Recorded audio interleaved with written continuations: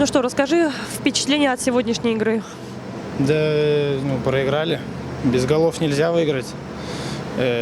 Конечно, ребята все выкладывались.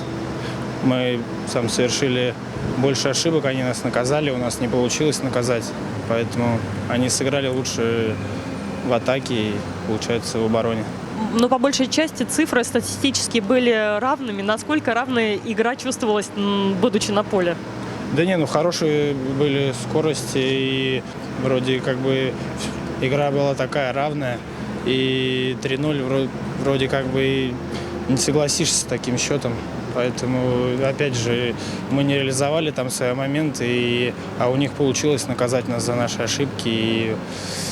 И еще раз опять повторюсь, что мы без голов не сможем выиграть игры. Так а почему забивать-то не получалось? Чего не хватало? Скорости, концентрации?